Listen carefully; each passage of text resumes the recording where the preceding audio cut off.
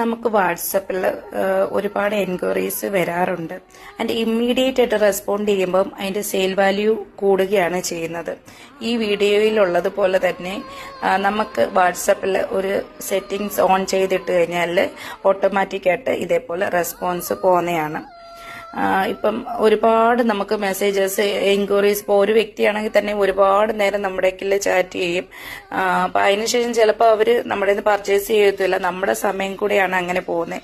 ഈ ഒരു settings on ചെയ്തിട്ടാൽ അതിന് ഒരു പരിഹാരം ഉണ്ടാവുന്നതാണ്. പിന്നെ ഈ വീഡിയോയിൽ കാണുന്ന എല്ലാ കോഡ് സെറ്റ്സും പ്ലസ് സൈസ് ആണ് വരുന്നത്. 3, 4, 5 സൈസസ് വരുന്നുണ്ട്.